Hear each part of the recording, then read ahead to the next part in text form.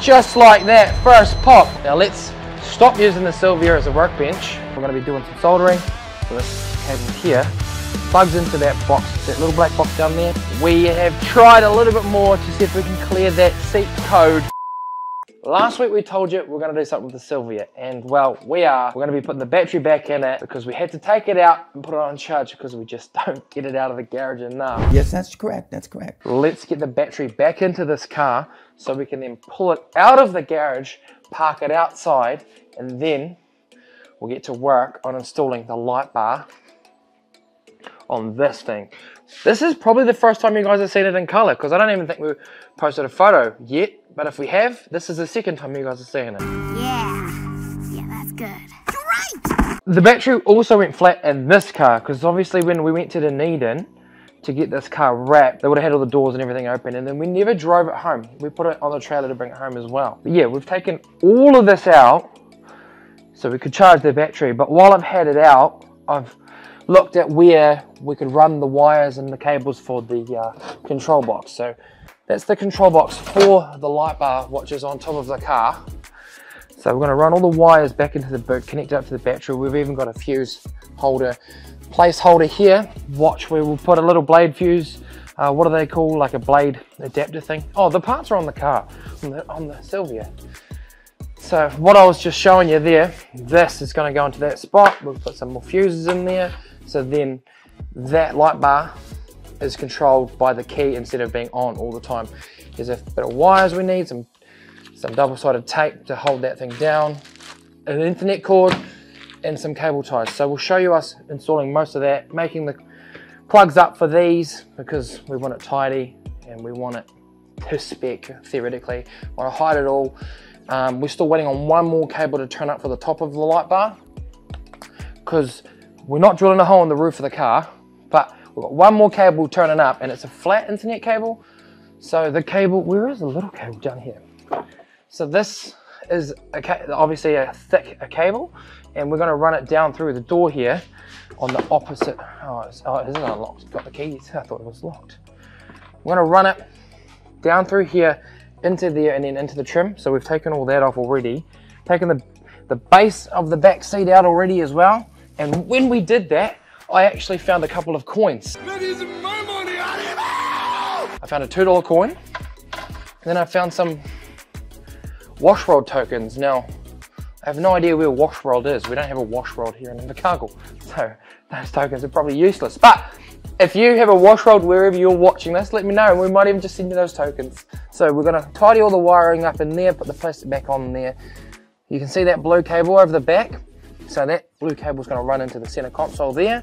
So we've still got a little bit of work to do, and we'll show you that. But like I said before, we'll put the battery back in the Silvia, get it started, move it out the way, so then we can move that car kind of into both bays and work on it without trying to get too wet. Well, it's not raining now outside, but it has been. Now what am I gonna do? So let's get this battery back in the car. So this Silvia had the battery put in the boot a long time ago. A long time before we even purchased the car. So we've just got to make sure this is the old positive terminal. So we'll chuck this in here. And obviously doing this, we want to make sure that we don't pinch the points that hold the battery down. In a previous video, you see me jump start this car with a couple of spanners. And I don't want to do that again. I still haven't gone and got jumper cables, so I do need to probably get a trickle charger for these, especially the Merc as well. Sweet. And that's that sorted. So now that the battery's installed, let's see if she fires up for the first time. Just like that, first pop. That's a first. Normally it doesn't start first pop. Now let's stop using the Silvia as a workbench. That's just plain wrong. And we'll pull her outside. Oh, we're dropping everything everywhere. I need to clean off my old work table, which is over there. But there's lots of stuff on there. I blame myself. So do I. So we'll pull this out of here.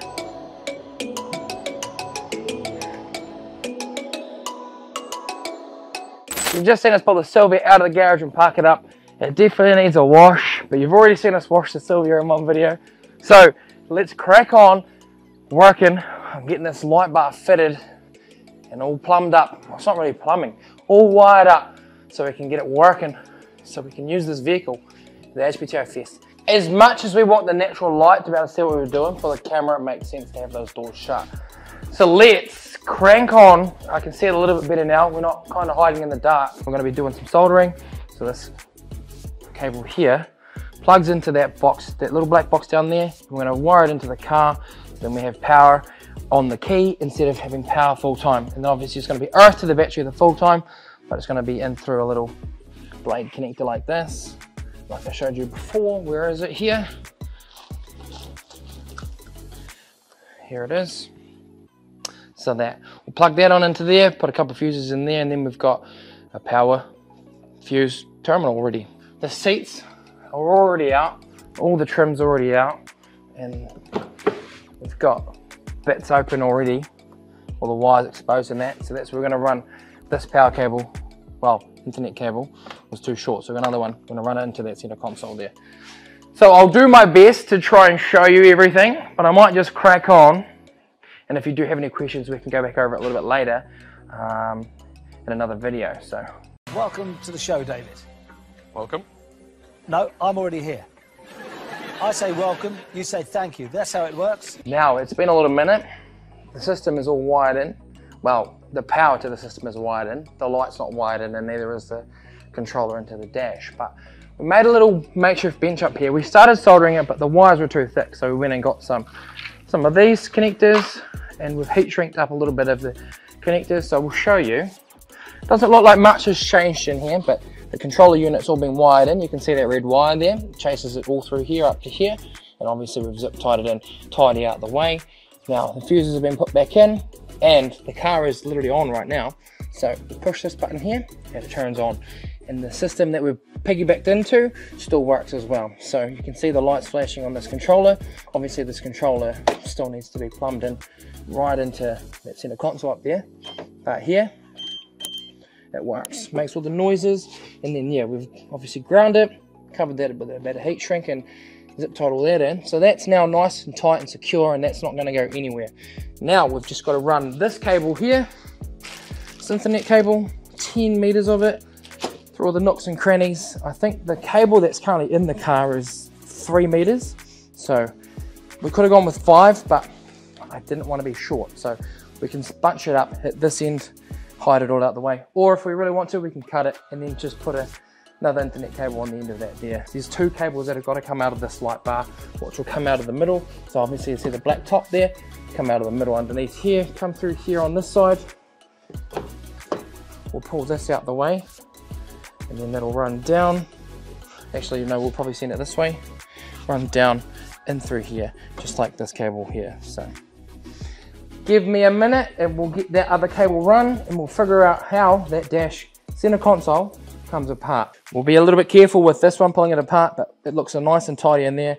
Doesn't look like too much has changed in there, and obviously all those panels will be able to go back in once we run those cables in through there. What? No way. It's been a couple of days since we last checked in on this build. Now we've had this whole center console out. We've had all of this out, that out. Obviously you can see now, we've got the old, oh, it's all connected up. We've got the wire and the controller into the center of the console. The back seats are still missing. Passenger seat's been removed, all the trim, all the rubber. We've got the new cables just turned up. So the flat Ethernet cable, and it's, look how thin that is. It's a lot thinner. It's easier to put through the door just like this. So I've got a wire already under the door here, down into here. Just need to zip tie that up in the boot. But we've done a fair bit. This has all been tidied up now. Everything's all zip tied in there, nice and tidy. This side's all been put back together apart from the seat. A little bit of rubbish to clean up underneath the seat as expected with buying second-hand cars and different, obviously people look after them different ways, and I don't know, but I don't often pull the back seats out of my car to clean them up, but some people might. But when we put this in earlier, I just wanted to get it in it's all bolted in now, but we didn't clip in the back here. So we've got to take this back out to then clip that in. So we'll try and film that for you without trying to get the camera in the way. The great thing about working on European cars is you need Torx bits and all kinds of jazz. So it's not just like pulling apart a Japanese car, when you can pull a Japanese car apart with a Phillips screwdriver and like a 13 or a 10mm socket set. 13, 12 and 10mm socket sets. So we've just got to take these screws out of here.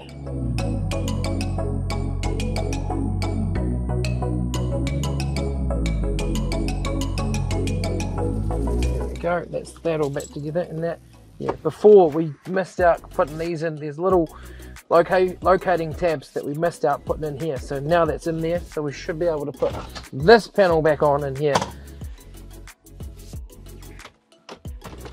Now it's just getting this back in place without jamming up the wires. So that's that done. We can shut that up. No, we can't. We're going to put one more bit of plastic on there. So let me get that. But there is one more thing. And this just clips in here. Boom. And that's the center console. All kind of back to where it was.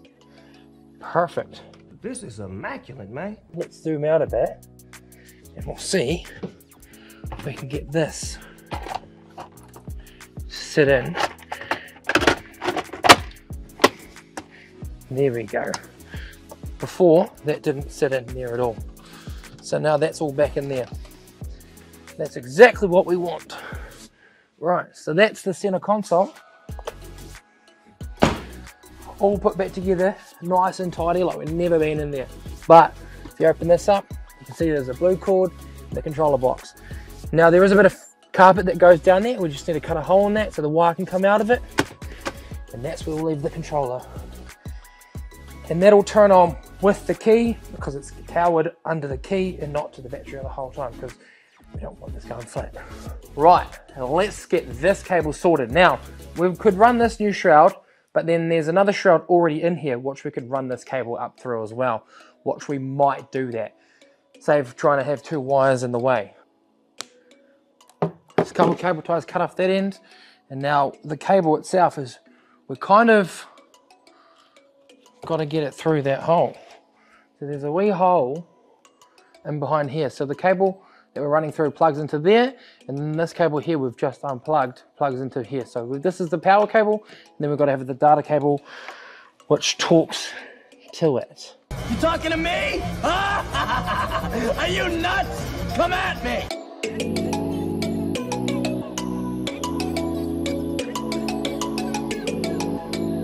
This cable is actually a lot flatter than the power cable. You can see the power cable is quite thick, and then that's definitely a lot thinner. I didn't even know you could get data cable in such thin. Like normally a data cable is a lot thicker than that. Just like that. There's the end, and the other end is all bunched up here somewhere. Watch. This is the stuff that's going to be run through the car. So we've got the data cable here. So now we can plug the data cable in and the power cable in. So we'll plug that down on the bottom out the way, and then this one, we need to zip tie that back up there. We'll put one more down there so we can't pull the cables. And we'll cut those off. 1, 2, 3. If we can get it on the third one, there you go, just like that. And these things obviously go in the bin, which for me, the bin at the moment is the floor.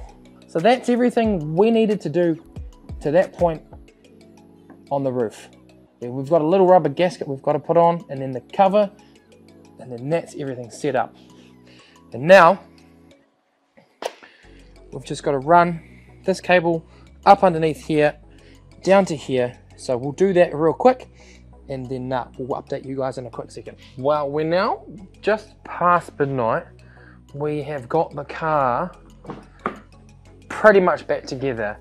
So all of this is now back in, the rubber's back on, all the panels are back in, the seat's now bolted down. Yeah, I'm pretty happy with what we've done here. I'm about to put the plastic on. That's just gonna go down in there. A couple data cables hanging down in there. There's actually a plastic bit, that plastic bit's gotta go there. And this bit covers that. We've got that plastic bit on, there's some plastic to go around the back there, and then there's a big plastic sheet to go there. So we'll get that plastic bit in there, we'll get all the boot lined out, and then we'll come back and we'll show you. And then put that back seat in, put the side panel back on, and lux it, and then that's the car done. It's just a little bit after 1, and now we've got the complete car back together. Everything is done on the top, everything is all tidied up, everything's away, we've cleaned the car, we've given the lux out, and yeah, it's definitely looking a lot tidier and not as messy as it was originally. We've just pulled it out of the garage, we get a little bit more room, got a little bit of a light on the dash, we need to make sure we plug everything underneath the seat, pull everything out, clean it all, and then put it all back in again, and then we're good to go. So I probably should just pack it in, and then we'll catch up with you guys in the morning. Well, it's the next day. We have tried a little bit more to see if we can clear that seat code, because obviously we did try and take the seat out, but I realized the seat belt was still attached, and then we realized we didn't even need to take the seat out of the car. Congratulations, you played yourself. But we're going to take it into Coyote Automotive, get them to scan it, see if we can clear the code and find out what the problem is.